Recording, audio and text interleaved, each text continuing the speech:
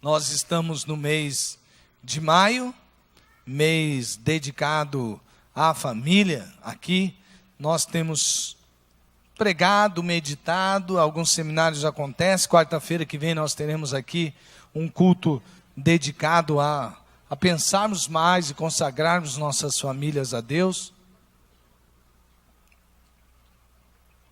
E família é algo que a gente sempre, em todo tempo, está envolvido com esse tema, que já virou peça de teatro, que já virou abordagens nas telas de cinema. Por exemplo, a história de Romeu e Julieta, ela é uma história que vira e mexe, as pessoas estão reapresentando de uma outra forma, mas guardada essa história que conta uma rixa que há entre as famílias Capuleto e Montecchio, um drama que levou à morte dois jovens que se apaixonaram, e por causa da rixa que havia entre as famílias, esse foi um fim trágico para os dois, mas que depois levou as famílias a pensarem melhor sobre todas aquelas brigas e darem um tempo para a paz, né?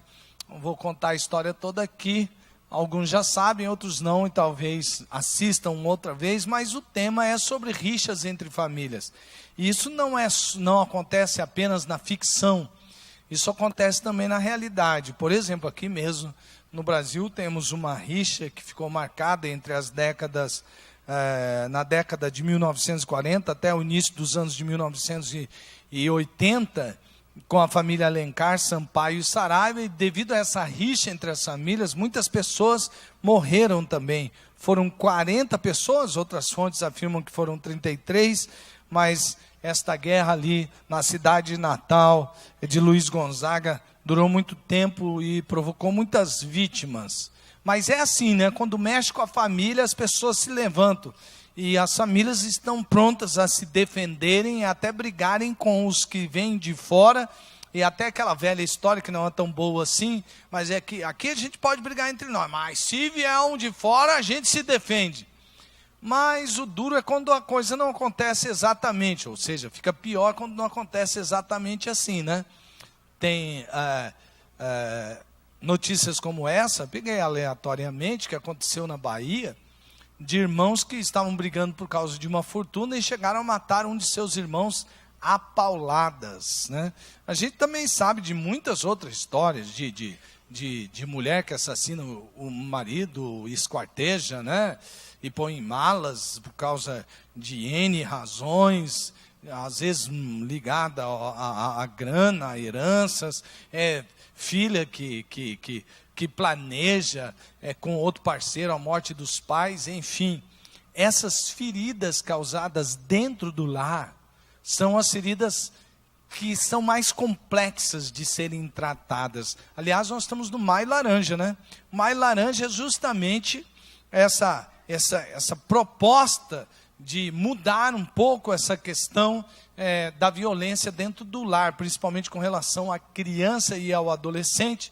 Nós sabemos que há muita violência dentro de casa, e crianças são violentadas e são roubadas da sua própria inocência, às vezes por aquele que deveria proteger, amar, cuidar, e não fazem assim, pelo contrário.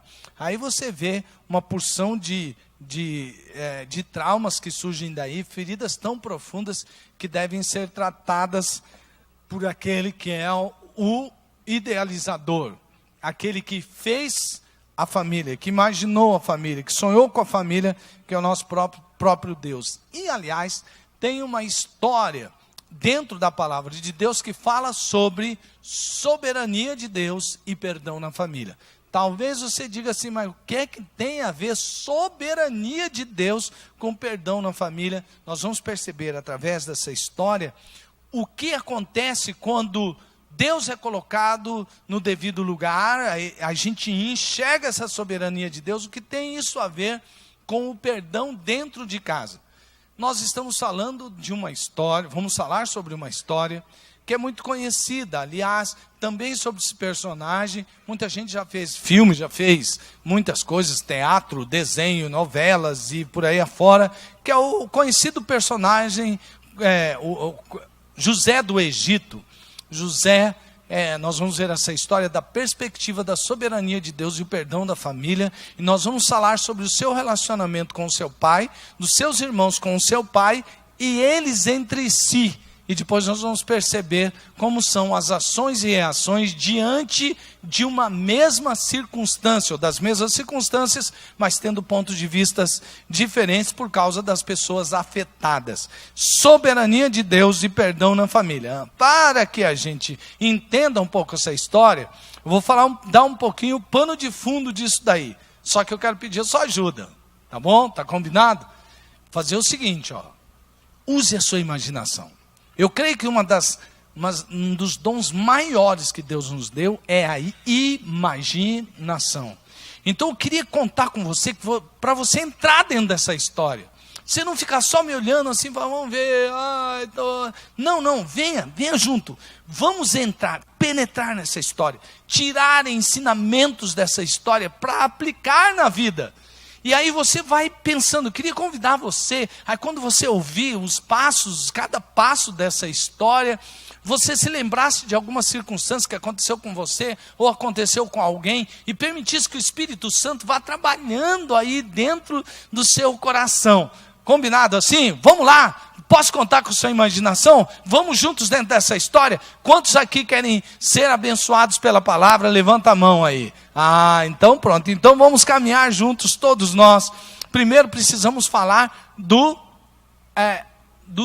daquele que antecedeu, por onde começou toda essa história nessa família, que é Abraão. Essa passagem aqui é cantada em várias músicas. Temos aí, quem sabe a que mais cantada hoje em dia, aquela música do Fernandinho, que fala sobre a bênção de Abraão. Mas teve tantas outras músicas. Veja o que diz o texto em Gênesis 12, de 1 a 3, conforme está aí na tela.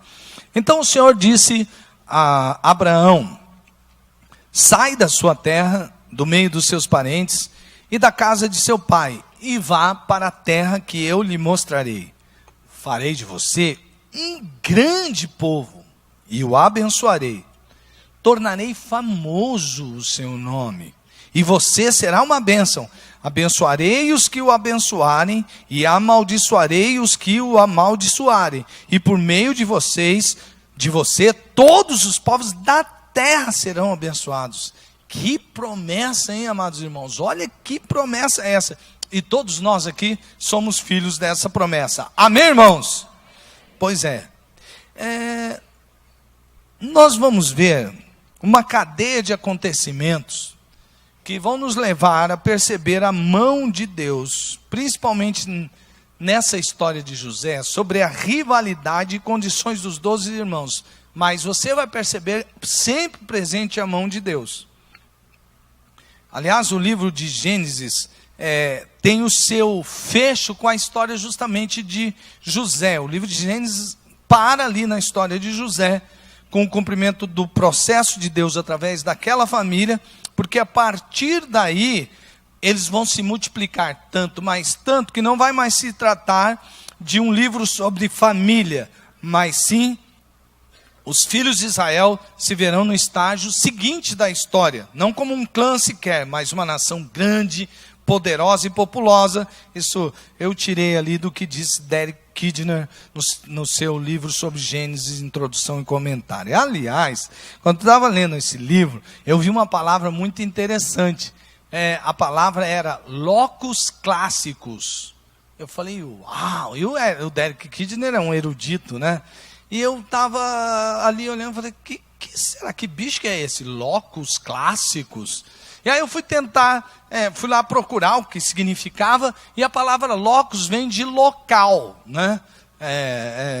Vem do latim, que significa local, onde tem significado na álgebra, tem significado na matemática, tem significado em outros lugares. Mas eu tirei para nós uma coisa muito interessante, baseado no contexto que ele usou essa palavra.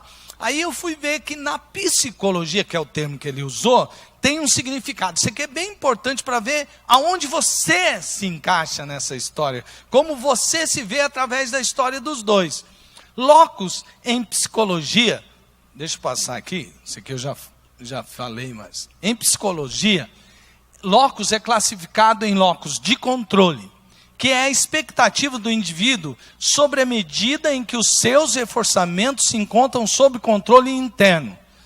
Locus interno significa o esforço pessoal, a competência, ou externo, as outras pessoas, sorte, chance, etc. Aqui, ó, vem comigo aqui, ó, não se perca, é muito importante ser caminho. Veja só, a pessoa que tem o locus interno, ela acredita mais em si mesma. Ela diz assim, não importa o que vai acontecer. Por exemplo, ela traça um caminho. Jovens que têm locus internos, não, eu vou fazer essa faculdade, eu vou fazer uma pós-graduação, eu vou estudar para tal concurso, eu vou fazer isso, não importa o que aconteça ao meu redor, não importa quanto isso custe, eu coloquei isso como propósito, e eu sei que eu não dependo das pessoas para que isso seja realizado, isso depende de mim mesmo, eu não vou ficar achando que é por causa da chance dos outros ou sorte, eu vou fazer com que isso aconteça. E essas pessoas geralmente não ficam olhando tanto pelas circunstâncias ao redor. Pessoa que tem um locus mais externo, o que ela fica pensando? Ela diz assim, que bobinho esse cara. Você acha que é assim, é? Não é assim não, rapaz. Você sabe quanto que custa uma faculdade? Você sabe quanto que custa entrar lá? E depois você vai ter circunstâncias diferentes. Você vai concorrer com gente que tem um bando de tempo para estudar, que o papai tem dinheiro para pagar, ele fica lá estudando o tempo inteiro, e aí ele vai sair melhor no concurso que você quer fazer. Você acha mesmo que você vai ganhar do outro. O outro tem mais tempo que você, tem mais dinheiro que você acha que você vai conseguir ganhar do outro. É nada, rapaz. Larga muito de ser bobo. Não é só o que a gente quer e o que a gente quer alcançar. Depende de uma porção de circunstâncias. Assim são as pessoas se dividem com relação ao locus interno e ao locus externo. Deu para entender aí, gente? Todo mundo, porque eu vou perguntar depois para vocês como se encaixam as pessoas e como você vai se encaixar nessa história, tá combinado? Então lembra de locus interno e locus externo. Eu achei muito interessante essa abordagem do Derek Kidner. Então, uma pessoa que tem um locus predominantemente interno, se sente mais no controle da sua própria vida, atingindo mais facilmente o sucesso pessoal. Geralmente é assim, diz a psicologia. Em troca de uma exigência muito maior de si mesmo. Uma pessoa com locus de controle externo, sente que fatores externos têm um controle maior da sua vida. Exige mais dos outros e possui uma maior dependência emocional. Então, está bem guardado, né? Então, a partir de agora, vamos ver como os irmãos de José reagiram às razões que a vida lhe apresentou para odiar e desejar vingança. Tanto um quanto o outro. A partir de agora, vamos ver como os irmãos de José reagiram às razões para odiar e sentir ciúmes, e posteriormente como José reagiu às razões que a vida lhe apresentou para odiar e desejar vingança. Então, agora vamos ao pano de fundo. Todo mundo comigo aqui? Atenção, vai ser muito interessante a gente chegar ao fim dessa história. Deus tem algo tremendo para nós, na hora que a gente tiver a conclusão de tudo isso. Então está aqui, Gênesis 37, 11, onde aparentemente nesse capítulo tudo começa com relação a essa história. Ora, está lendo lá? Ora, Israel gostava mais de José do que de qualquer outro filho, porque ele havia nascido na sua velhice. Olha só, deixa eu explicar um pouquinho aqui. José era filho de Raquel com Jacó. Aliás, hoje de manhã, depois que eu preguei essa mensagem, um irmão chegou que falou que o netinho dele contou uma historinha, bem coisa de criança. Eu não sei se ele quis dizer que a piada era da criança, porque a piada é meio ruim, mas é legal. É assim, ele pegou e falou assim, que o netinho dele chegou para ele e falou assim, na história de Jacó a gente percebe que ele é analfabeto.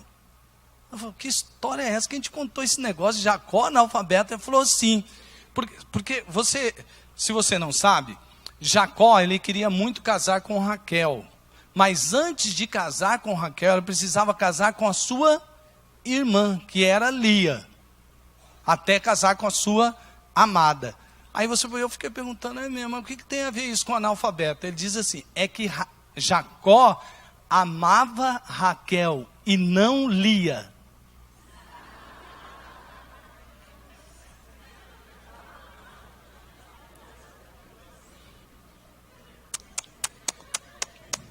Tinha que falar que foi o netinho mesmo, né? Acho que foi dele, aí vou ficar fraquinho, então. Então, aí, você percebe aqui, por que é que Jacó amava mais Jacó do que qualquer outro filho. Porque ele havia nascido em sua velhice, filho do seu romance com a mulher escolhida. Por isso mandou fazer uma túnica longa. Quando seus irmãos viram que o pai gostava mais dele do que qualquer outro filho, odiaram-no e não conseguiam falar com ele amigavelmente. Assim, seus irmãos tiveram ciúmes dele. Tem uma história de ódio e de ciúmes. Por quê? Por causa do favoritismo do pai. Os irmãos sentiam que o pai amava mais a José do que eles. Pela razão que eles entendiam, mas esses que sentiam isso eram filhos de Lia. Então, eles tinham muito ódio e ciúmes em seu coração. Deixa eu dar uma parada aqui. Quantos pais nós temos aqui? Quantos pais nós temos aqui? Quantos pais? Muito bem, temos muitos pais.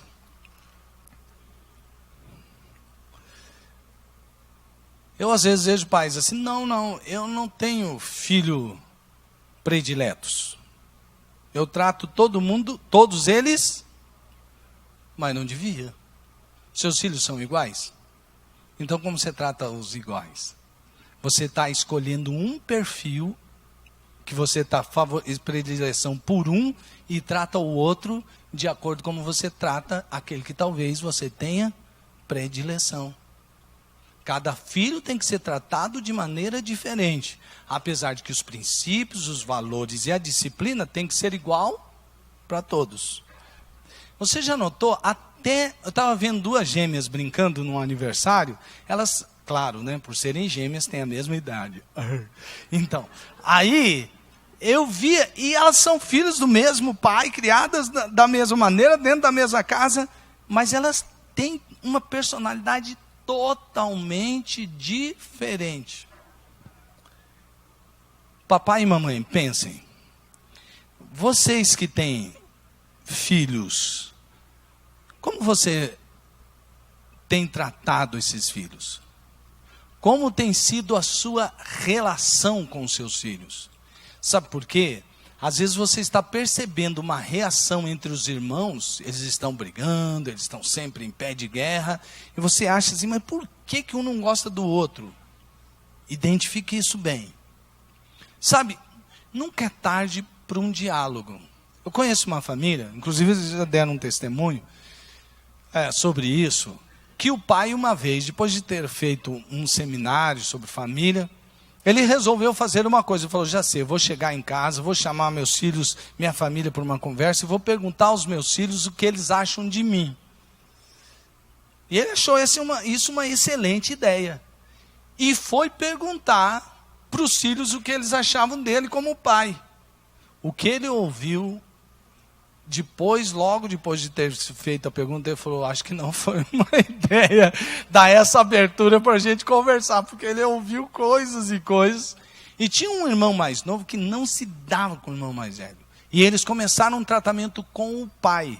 E isso causou a pacificação entre os irmãos. Você está aberto para um diálogo dentro da sua casa? Você está percebendo o que está acontecendo ali? Nós temos que cuidar muito bem. Olha, nós não vamos nessa história tentar achar culpados e condená-los. Não vamos pôr ninguém no banco do réu. Mas, pais, nós temos as nossas responsabilidades. E eu não posso passar ao outro a responsabilidade que é minha. Que é minha. A responsabilidade é minha. Já pensou se tivesse algum problema dentro de casa? Tem o Felipe e tem o Gabriel. E aí eu jogasse a culpa nos irmãos. Mas também a igreja, só porque é filho de pastor, trata diferente, exigiram demais dele, fizeram isso, fizeram aquilo. A culpa é de vocês. De alguma coisa não dá certo com os meus filhos. Não. Aqui a responsabilidade era dos pais. Nós pais temos que assumir nossa responsabilidade e tratar os nossos filhos de acordo com a sabedoria que vem do alto. Podemos ter ajuda, podemos ter parcerias, devemos tê-las. Mas a responsabilidade é de cada um de nós. Esse pai aqui, ele parece que tinha uma herança maldita. Ele tinha uma herança comportamental viciada. Sabe por quê? A mãe dele fez isso com ele. Ou seja, tinham os dois irmãos lá, e a mãe dele amou mais a ele do que seu irmão. Isso deu um problema dentro da casa dele. Mas deu um problema, pensa um problema seríssimo. E parece que Israel, que ele chamava-se Jacó e teve o nome mudado para Israel, não aprendeu nada sobre isso. E também gerou o mesmo problema que a sua mãe tinha gerado dentro da sua própria casa. Aliás, por causa dessa confusão entre Israel, ou Jacó e Esaú, provocada por sua mãe, nações guerreiam até hoje. Eruditos no assunto creem que essa briga que há entre nações hoje tem muito a ver, porque todos eles se chamam filho de Jacó. Espera aí que eu cliquei aqui alguma coisa errada, né? Cliquei demais aqui. Por quê? Porque os eruditos acreditam que os descendentes de Esaú são os palestinos. Está tendo um problema naquela região ali, entre palestinos e Israel? Qual é o nome daqui mesmo que a gente está falando? Jacó, que teve mudado o nome para Israel. Você vê, às vezes um problema que começa dentro de casa altera a história do mundo. Por isso nós devemos tratar com muita seriedade o que acontece dentro do nosso lar. Muito bem. Baseado nesse fato de favoritismo, como os irmãos viam a José, e como o pai tratava José, qual foi a reação deles diante desse fato? Dá uma olhada aí. Eles disseram assim: lá vem aquele sonhador. Bom, lá vem aquele sonhador, tem que fazer outra explicação. É o seguinte, o José tinha tido 2 sonhos. Um sonho significava, a interpretação era, que seus irmãos se curvariam diante dele, com o rosto no chão. Então a conclusão era, ele governaria sobre seus irmãos se curvariam diante dele. Os irmãos dele já não gostavam muito dele por causa da predileção do pai. Quando ele contou esse sonho, falaram: quer dizer que você, filhinho de papai, vai governar sobre nós. Você quer dominar mesmo, hein, guri? Você vai ver o que a gente vai fazer com você. E aí, então, eles guardaram aquilo. José ficou apelidado de sonhador. Lá vem aquele sonhador, diziam uns aos outros. É agora. Sabe aquela oportunidade? Tem aquela ira retida, aquela raiva.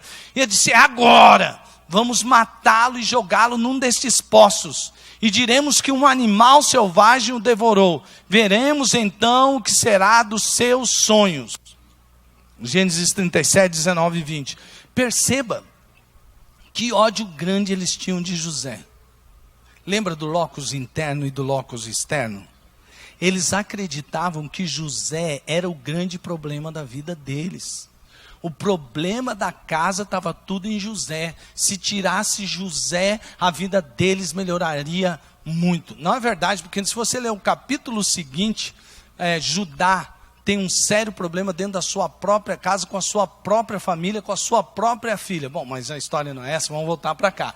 Mas enfim, eles achavam isso. Vamos matar, que a gente, matando esse menino, a gente mata todos os nossos problemas e tudo que atrapalha a gente, vamos tirar esse cara do nosso caminho. E o ódio era tão grande que eles planejaram matar e jogar José num poço seco e pegar a roupa dele, aquela túnica colorida que o pai deu a eles, porque você pode estar pensando, mas os irmãos de José também eram muito cheios de tititi, né? O que custa só porque o irmão tinha uma... Mas olha, a túnica colorida era um sinal de unção de governo. Muitos reis ganhavam naquela época uma túnica colorida, significando que eles estavam sendo ungido governante ou um rei. Então você percebe quando ele ganhou essa túnica, toda diferente dos irmãos, era o único que tinha aquela túnica, o que isso causou, né? Pois bem, por causa disso, eles planejaram um homicídio com ocultação de cadáver. Eu falei isso, o pastor Marcos Ritt disse que isso é crime hediondo. Ele está ligado, falou, é crime hediondo. Pois é, isso pode parecer engraçado agora, mas que tragédia é essa, né, meus irmãos? Já pensou irmãos odiarem tanto um, que planejaram a morte daquele irmão e ocultar a morte do pai.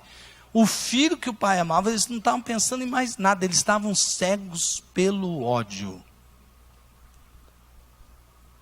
O que os fatos da vida têm feito com você? O que as circunstâncias da vida têm levado você? Como você tem reagido diante das circunstâncias da vida? No Seminário Veredas é uma história muito conhecida.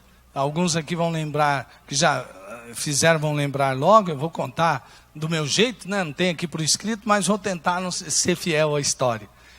Conta-se a história de um homem que está saindo de um estacionamento e tem uma fila à sua frente, ele para e alguém atrás começa a buzinar. Pam, pam.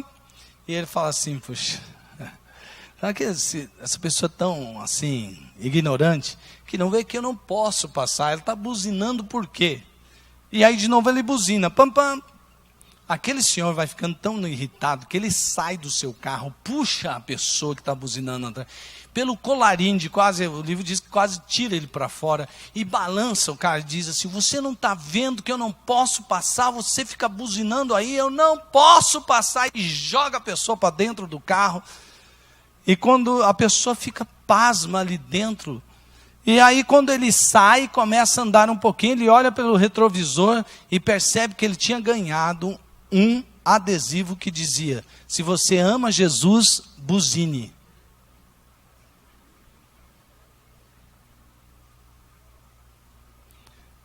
Incomodado por aquela circunstância, ele foi procurar ajuda.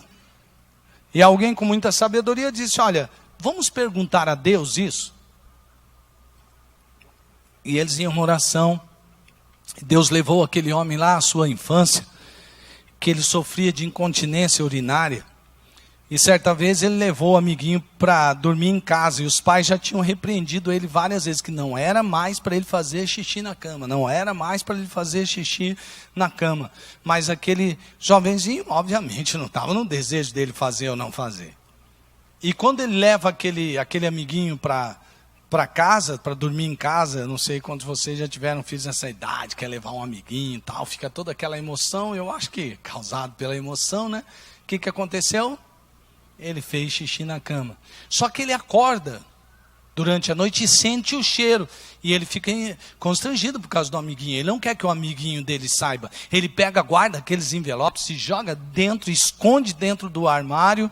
E a sua mãe, quando acorda, sente aquele cheiro, né? Tem cheiro que só a mãe sente, né? Aí ela vai lá e acha.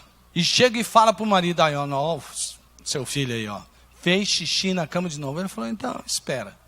Quando os dois acordam e estão lá no café da manhã, ele apresenta o lençol com o xixi e diz para o amiguinho que está lá, ó, o seu amigo é um mijão.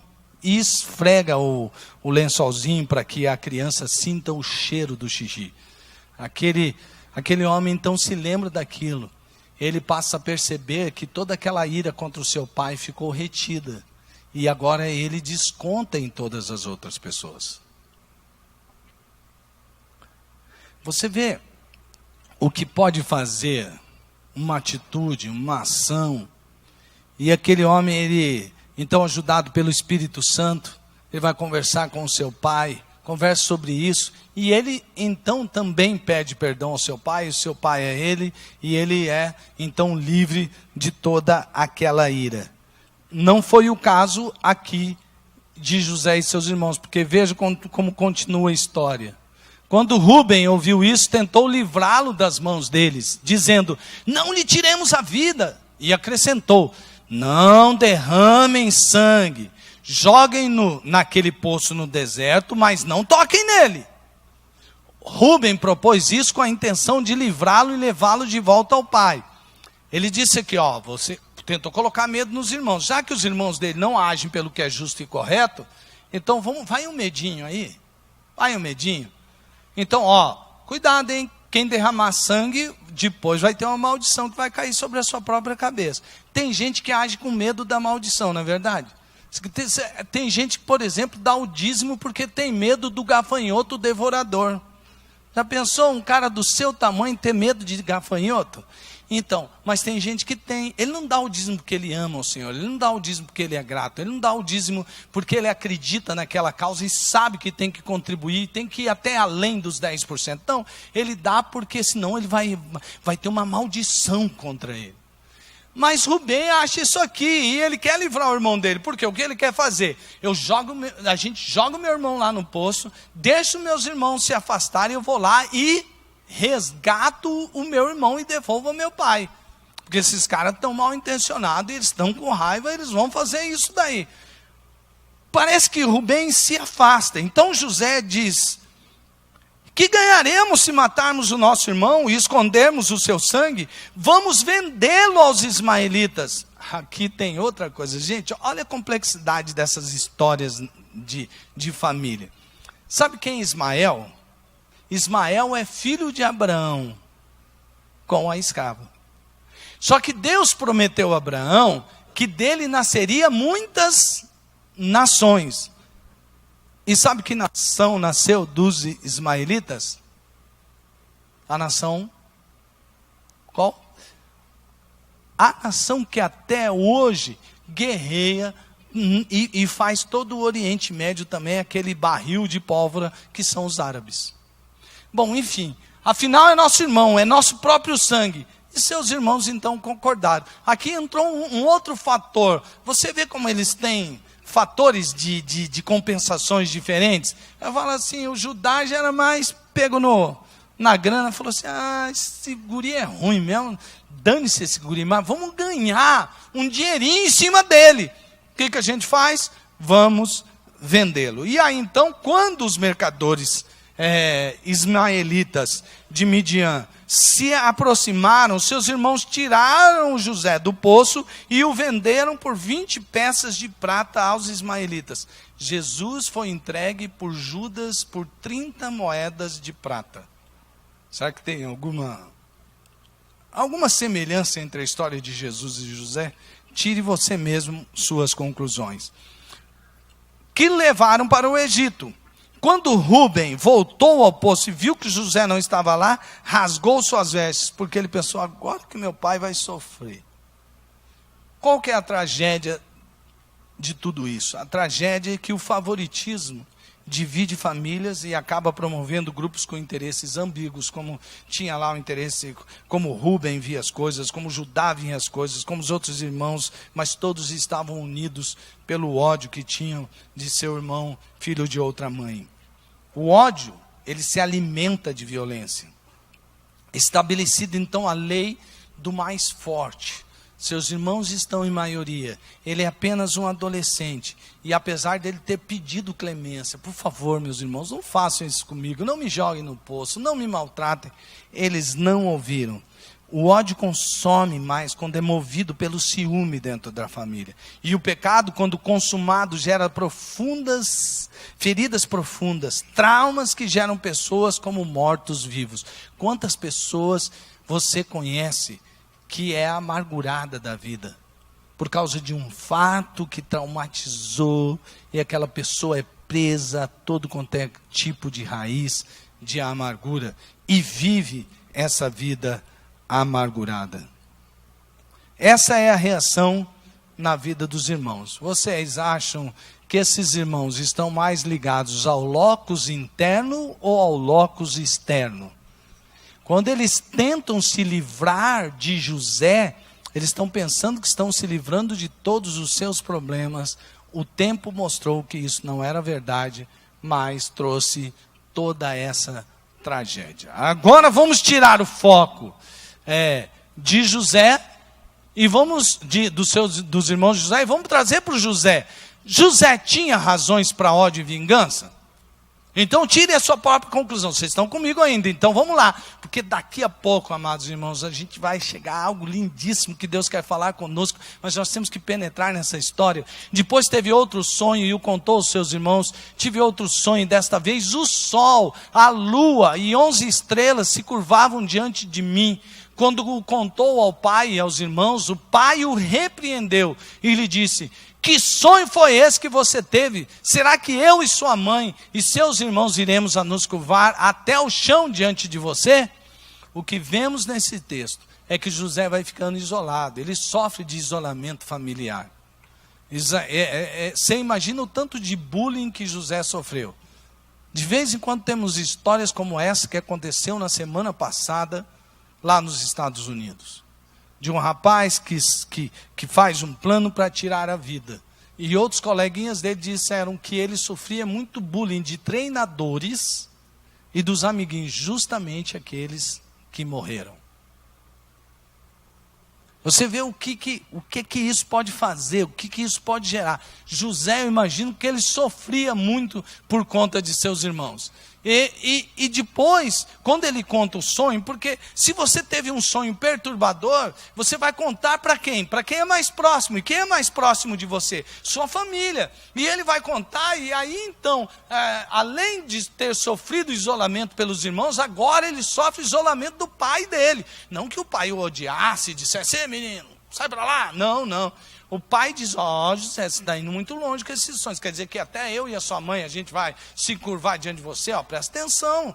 Na nossa família, que é patriarcal, enquanto nós estamos vivos, nós somos os líderes. Você é o primogênito. Você vai receber o direito da primogenitura. Mas nós só vamos passar depois que nós tivermos morrido. Aí sim. Mas nós não podemos nos encurvar diante de você, José. Aí José vai ficando naquele isolamento, recebe aquela repreensão considerável.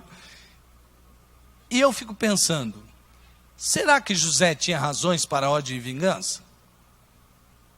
Veja só, seus irmãos desejam e planejam sua morte. Lembra da morte com ocultação de cadáver e depois ter jogado? Não o matam, mas o vendem para o inimigo.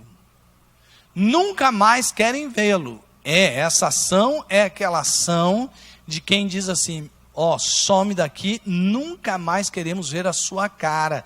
E também você não vai mais ver o seu pai que tanto te ama. E nem o seu irmãozinho caçula, que é tanto amado pelo nosso pai também.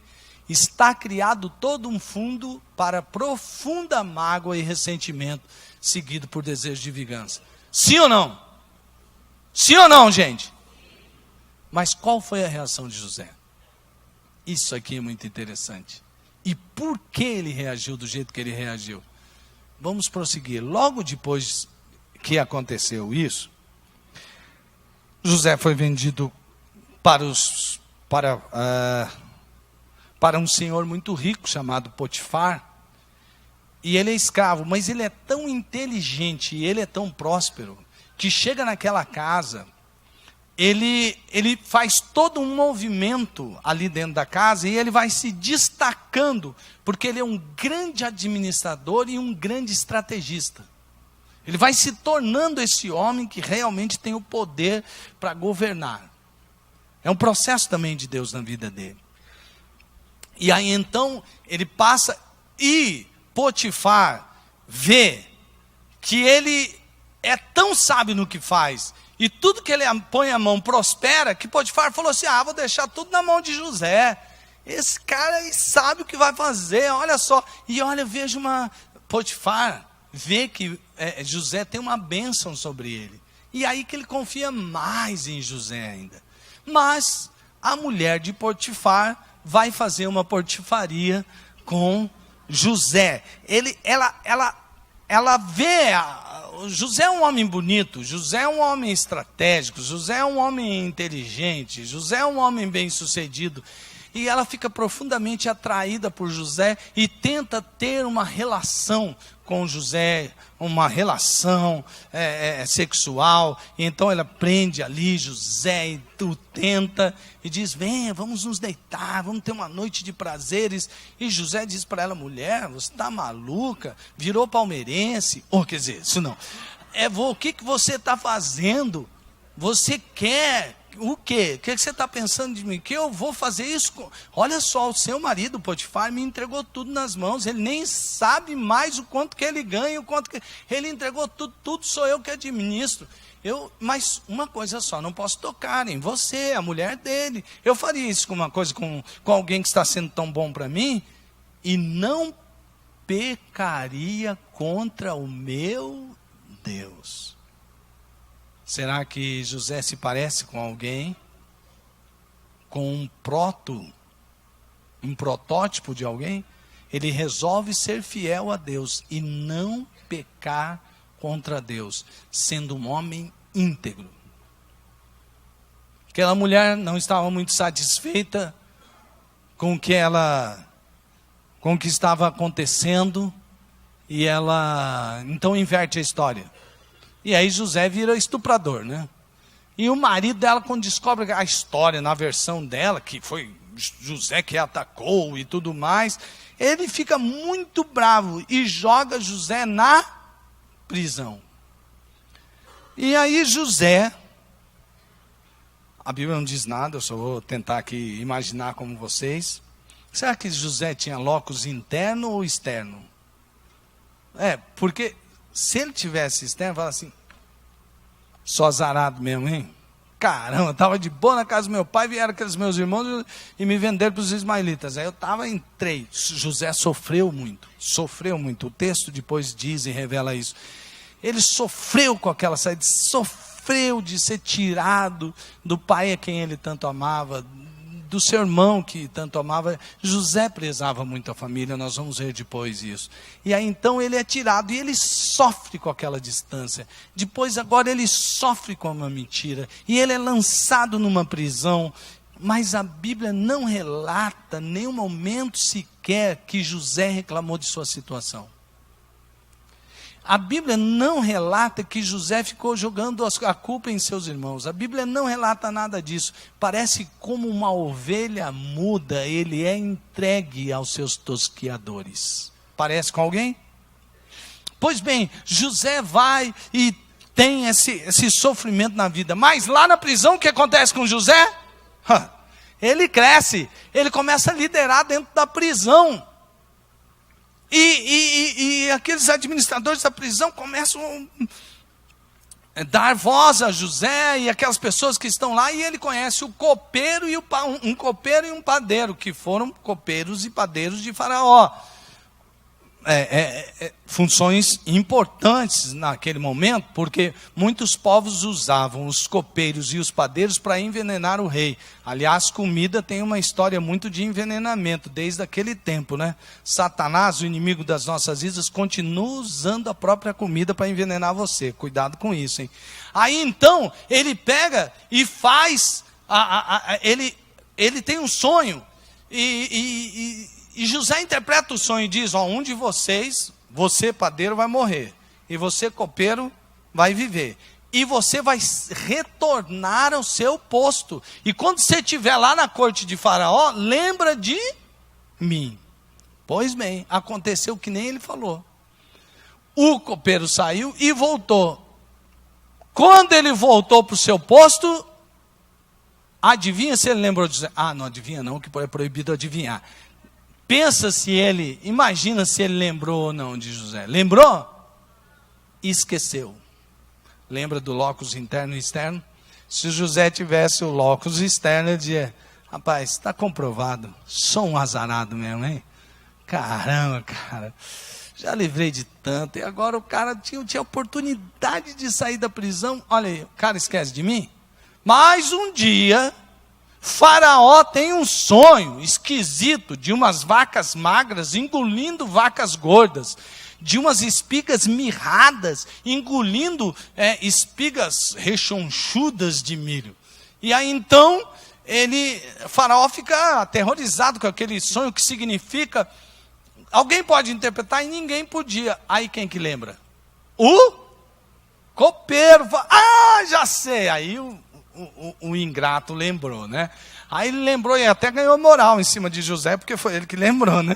Aí ele chama, lembra, traz o José da cadeia, e José não somente interpreta o sonho, mas diz: Faraó, como vai ter muitos anos de muita prosperidade, você guarda em celeiros essa prosperidade. Perto de cada cidade você monta um celeiro e vai guardando. E você põe como um imposto que cada um, de tudo que produzir, tem que pagar 1/5 de toda a produção. Como havia muita prosperidade, ninguém, imagina, nem reclamou de pagar 1/5. É só 1/5 mesmo, vou ficar com todo o resto. E é tanta coisa que o Egito está prosperando tanto, a gente tem tanta coisa de sobra, é uma prosperidade tão enorme que, beleza, fica aí com esse 1/5. Só que eles não sabiam que depois daqueles anos de prosperidade, haveria anos de fome e escassez. Pois é, hora que chega o tempo de escassez, todas as pessoas estão na mão de quem? De José, ou do Faraó. Porque quando as coisas vão acabando, há fome na terra. E aí, Faraó, e não o Egito, não é o Estado que compra, é o próprio Faraó que vai ficando rico. Porque ele tinha tudo aquilo, e o povo ia trazendo riquezas para ele. Chegou uma hora que eles não tinham mais nada. Acabou o dinheiro, acabou a prata, acabou o ouro, e eles não tinham, iam morrendo de fome. Então, Faraó se tornou o homem mais poderoso de toda a terra civilizada daquele tempo. E ele olhava para José e falava: filho, se não fosse você. Então, José se tornou o homem mais poderoso do Egito. Agora ele está por cima. Agora ele está por cima. E sabe o que acontece? Jacó e os seus filhos também têm necessidade. Eles precisam comer. Só quem que tem trigo para vender? Faraó, através de José. Então os irmãos, Jacó, Israel diz: vamos lá buscar trigo no Egito, porque senão nós vamos morrer de fome aqui. Então vai, mas vocês vão, mas o irmão caçula, o Benjamim, que é filho da minha amada, porque um já morreu, ele imaginava que tinha morrido. Esse vai ficar comigo. Se acontecer alguma coisa com vocês, aconteceu. Esse pai era bacana com você. Mas esse aqui eu vou ficar aqui, esse aqui eu protejo, né? Agora vocês vão lá, se acontecer alguma coisa, aconteceu. Aí veja o que acontece. José era o governador do Egito e era ele que vendia trigo a todo o povo da terra. Por isso, quando os irmãos de José chegaram, curvaram-se diante dele. O quê? Curvaram-se diante dele, rosto em terra. O outro texto diz que José reconheceu seus irmãos e lembrou do seu sonho.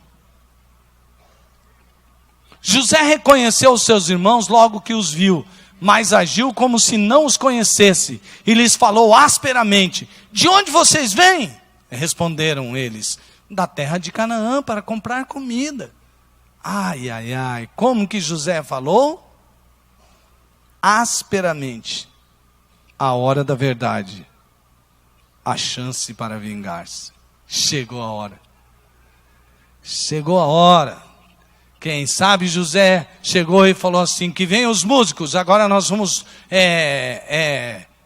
fazer uma música que vai falar de quem um dia me pisou quando eu estava lá embaixo, agora vai me ver aqui por cima. Não, ele não compôs essa música. Essa música tem gosto de fel. Mas José era o governador do Egito e era quem vendia trigo. E aí ele fala asperamente porque ele tem um plano. Será que seria plano de vingança? O que é que vocês acham? vocês serão postos à prova. Juro pela vida do faraó. José é esperto, né? Já jurava pela vida de faraó que se acontecesse alguma coisa. Que vocês não sairão daqui enquanto seu irmão caçula não vier para cá. Mandem algum de vocês buscar o seu irmão enquanto os demais aguardam presos. Assim ficará provado se as suas palavras são verdadeiras ou não. Se não forem, juro pela vida do faraó, que ficará confirmado que vocês são espiões. E os deixou presos 3 dias. Ai, ai, ai. Como diria a galera, moiou para eles, hein, gente? Agora sim. E olha a enrascada. Quem que eles deviam trazer? O irmão? Porque eles foram bocão.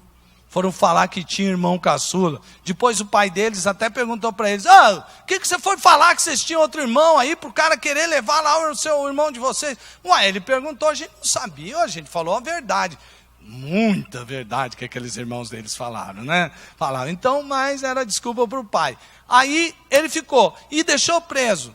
Muito bem, depois desse tempo, eles pagaram pelo trigo e voltaram para Jacó.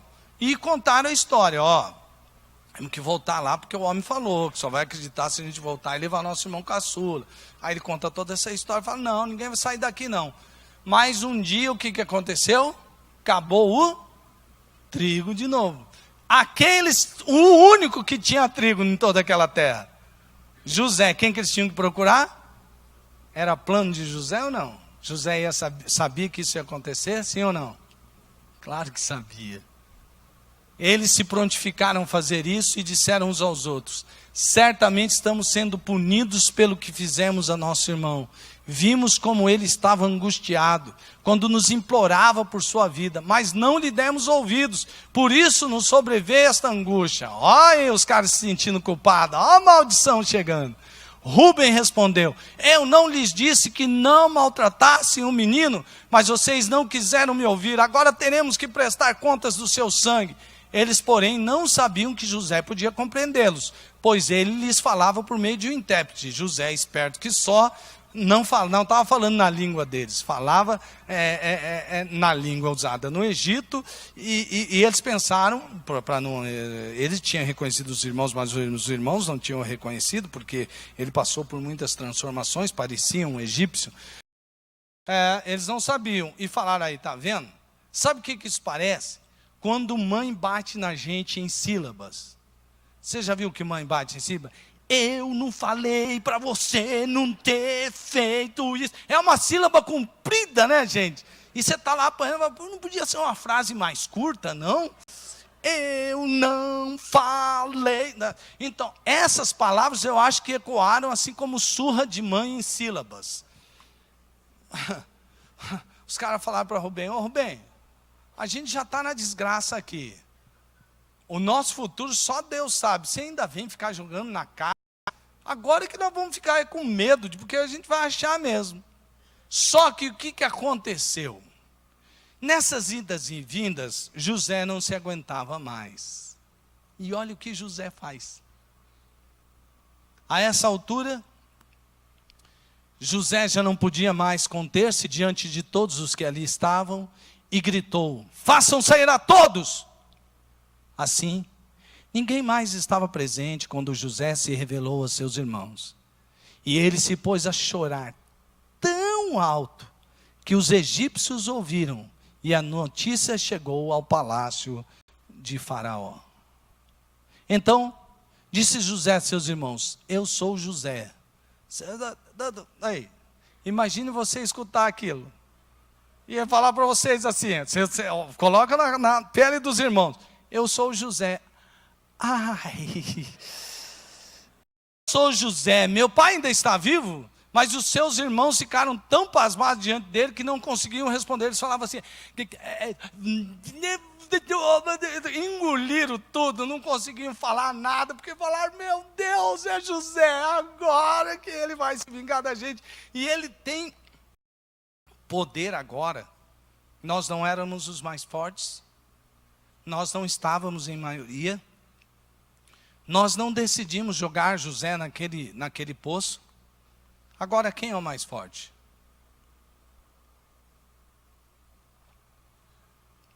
Quem é o mais poderoso? Quem está em maior número?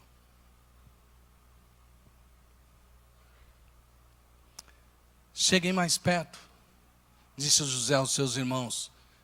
Quando eles se aproximaram, disse-lhes: eu sou José, seu irmão. Agora, olha a lembrança que se segue.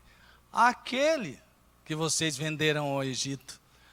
Uau! Olha a lembrança que ele tem, como nós fomos maus. Aí vem. Acho que os irmãos eles já estão perto de derreter. Fala, vai logo, fala o que você vai fazer. Gente, olha o que se segue. Agora, não se aflijam, nem se recriminem por terem me vendido para cá, pois foi para salvar vidas que Deus me enviou adiante de vocês. Salvar vidas. Quem faz isso é o Salvador. Os seus irmãos o entregaram a um destino cruel, mas ele estava na mão de seus irmãos? Eram seus irmãos quem determinaram o destino de José? Locus interno ou locus externo?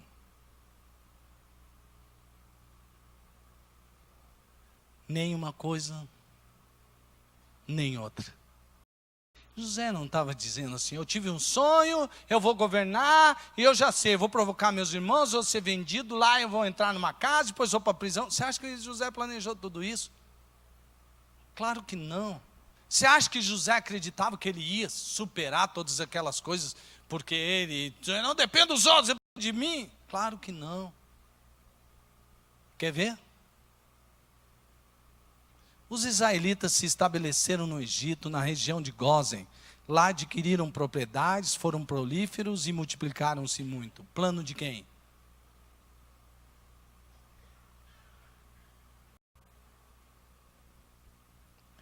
Antes de morrer, José disse a seus irmãos: estou à beira da morte, mas Deus certamente virá em auxílio de vocês, e os tirará desta terra, levando-os para a terra que prometeu com juramento a Abraão, a Isaque e a Jacó.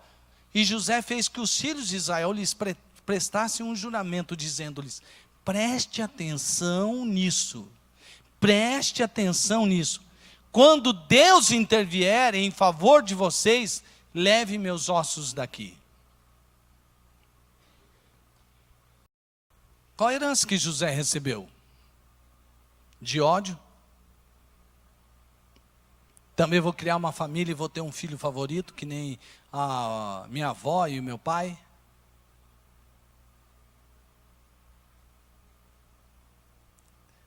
José talvez poderia ter muitas falhas, mas sabe de uma coisa? A maior herança que José recebeu do seu ancestral Abraão foi fé de que Deus é o Senhor da história e que Ele nunca vai deixar uma promessa sem ser cumprida, e que todos aqueles que estão nas mãos de Deus não podem ser atingidos de tal maneira que uma circunstância, pessoas atrapalhem eles a chegarem onde Deus quer que eles cheguem. E sabe de uma coisa? Não se trata de você. Isso que é o mais belo nessa história. José não se pôs no centro de tudo e viu como eu sou bom, olha aqui, ó, aqui, ó, eu sou governador. Não. Ele sabia que nem sequer aquilo seria o fim da história e não seria todo o sucesso. Ele sabia que a história não tinha chegado ao fim, porque sucesso não é ser governador do Egito. Sucesso era ir para a terra prometida, porque Deus colocaria o povo como nação dentro de uma terra. E José sabia que apesar de todo o poder de Faraó, por dominar toda a terra, por ser tão rico e próspero e politicamente poderoso, o mais poderoso de todos, Faraó não era nada diante do Deus Todo-Poderoso, queria fazer essa intervenção que tiraria o povo do Egito e o levaria para a terra prometida. E agora aqui está um segredo revelado. Se você perceber o tanto que Deus ama, se você perceber a soberania de Deus e o amor que Ele tem para você, você nunca vai guardar raiz de amargura. Como diz a música, Ele me ama tanto, que eu não tenho tempo para ressentimentos. Tem alguém que você precisa perdoar? Que te machucou tanto? Tem algum trauma que você traz com você, que é lá de dentro da sua casa? Tem alguma coisa que você sente que o atrapalha? Tem algumas relações que devem ser tratadas na sua vida? Trate-as.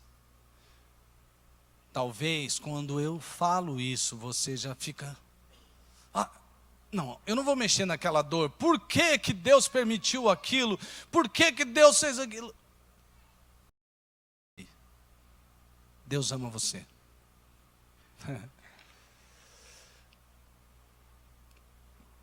E se ainda não há um final feliz, é porque ainda não é o fim. Você faz parte de um plano muito maior do que simplesmente o que você pode ver. Porque o justo não viverá segundo suas emoções. O justo não deve olhar para as circunstâncias, porque o justo deve viver pela fé. Por isso, quando as circunstâncias ameaçarem você, quando vierem pessoas que talvez até mesmo deveriam cuidar e proteger você, elas se levantarem contra você, e você olhar para um todo, pessoas e circunstâncias contra você, e você sentir que você é o menor, que você não tem força, que você não pode, saiba de uma coisa: há um Deus que todas as coisas, e Ele será o seu defensor, e Ele será o seu protetor, e ninguém, nem nada vai feri-lo de morte, porque o nosso Deus é por você, e Ele é soberano. Vamos ficar em pé. Feche seus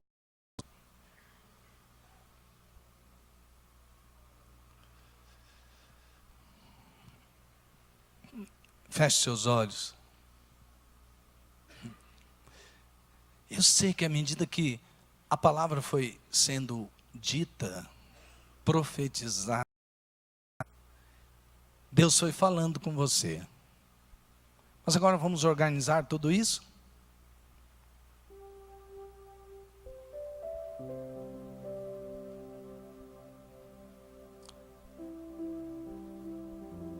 Deus te falou a respeito de algum relacionamento? Papai e mamãe, Deus falou alguma coisa com você? Irmãos, irmãs, Deus falou alguma coisa com você? Há coisas nos seus relacionamentos com teu irmão, com tua irmã, que precisam ser tratados ou tratadas? Deixa o Espírito Santo concluir essa palavra dele no seu coração.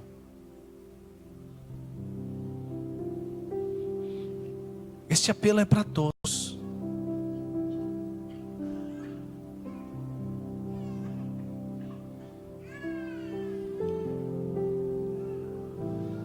Existe algo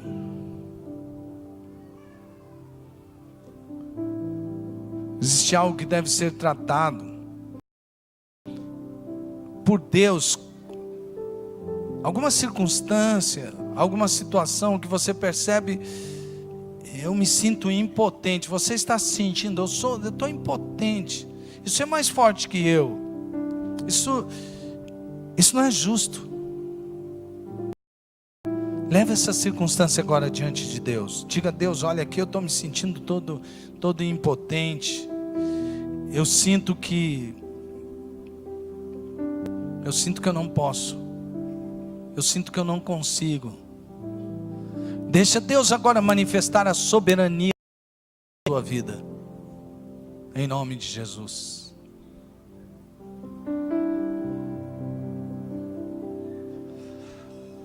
Você está capacitado para perdoar, sabe por quê?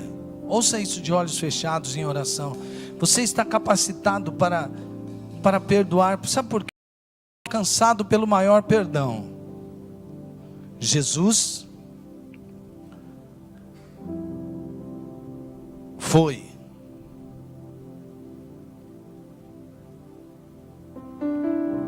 abandonado pelos seus irmãos, traído pelo seu irmão, negado por seus irmãos, humilhados por seus irmãos, e a sentença de morte que foi levada diante dos tribunais foram levadas justamente por seus irmãos, que o desejaram ver morto ali na cruz. E aquilo que parecia sua derrota foi a vitória dele e a vitória de todos nós. Jesus, nosso irmão primogênito, não levou em conta os nossos pecados e nos perdoou os pecados. E agora diz: siga, seja como eu. O Espírito Santo está capacitando você para ter essa vitória em nome de Jesus. O nome de Jesus é lindo, o nome de Jesus é maravilhoso, o nome de Jesus é poderoso. Ele deve ser exaltado, porque Ele nos deu vitória. Ele nos trouxe a possibilidade de sermos como Ele, não pelas nossas forças, mas pelo poder do Espírito dEle que habita em nós. E sempre você será mais que vencedor. Então agora, vamos exaltar esse nome lindo, vamos exaltar esse nome maravilhoso, em nome de Jesus. Tem ciúmes de mim. Aleluia, Jesus. O seu amor é como Esse é o amor de Jesus.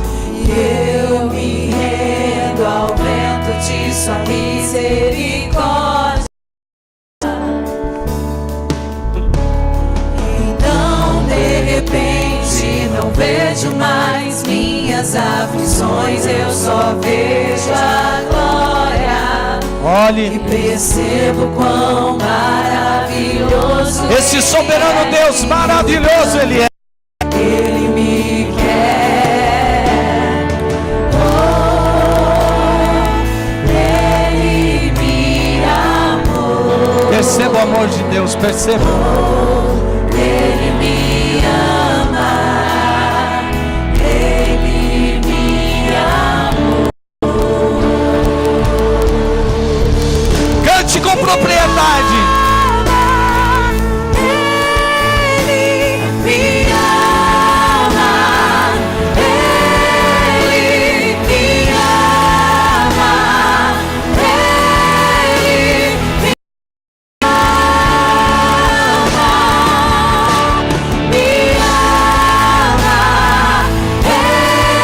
Ele me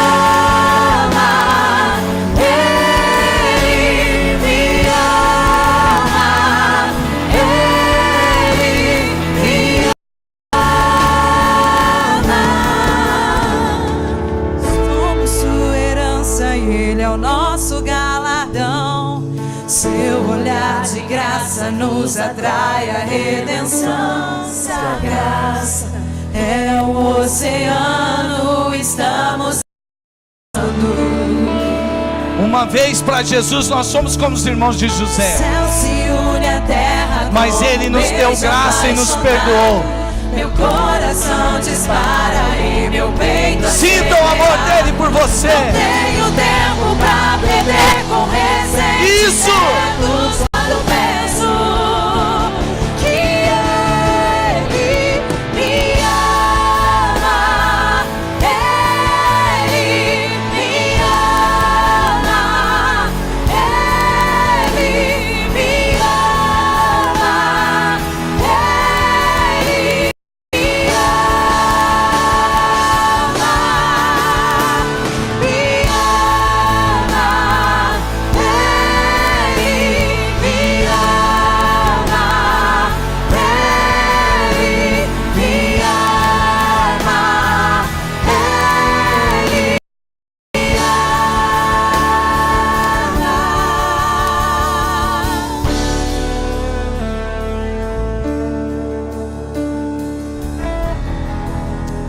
Essa história de José e seus irmãos é a história da graça de Deus sobre nossas vidas.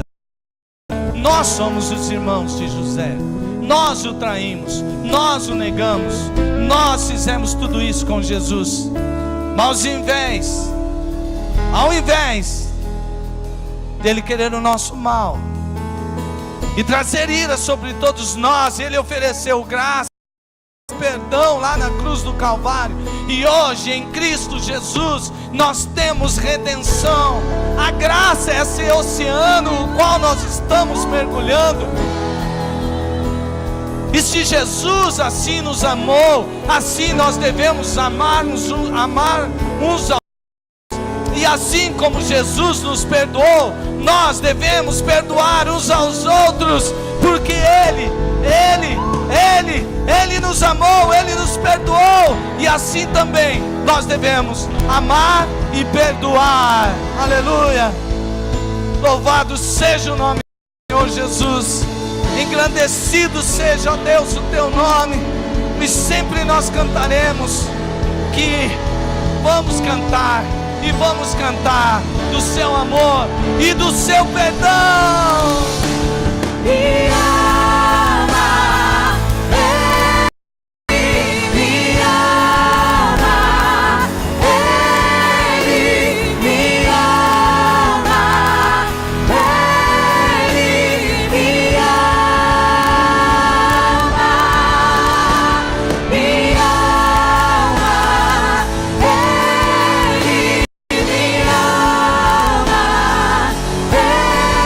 Ele me ama, Ele me ama, Ele me ama.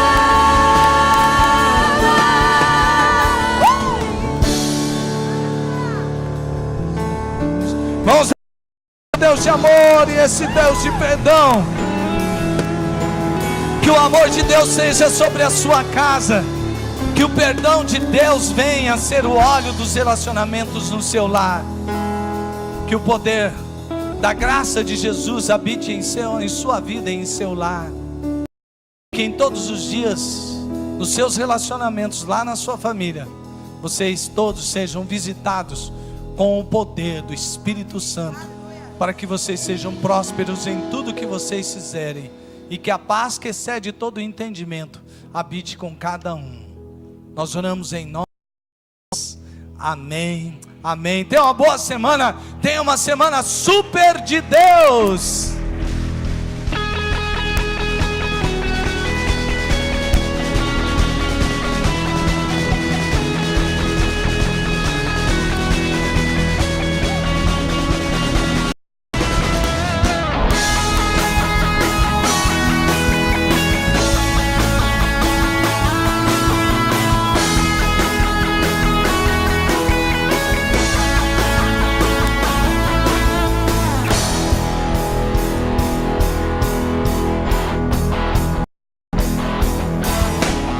Em alta voz direi, pra sempre vou contar tua bondade, eu sei, não pode acabar. O teu eterno amor me acompanhará, não posso acreditar. Cantarei porque tu és bom, dançarei porque tu és bom.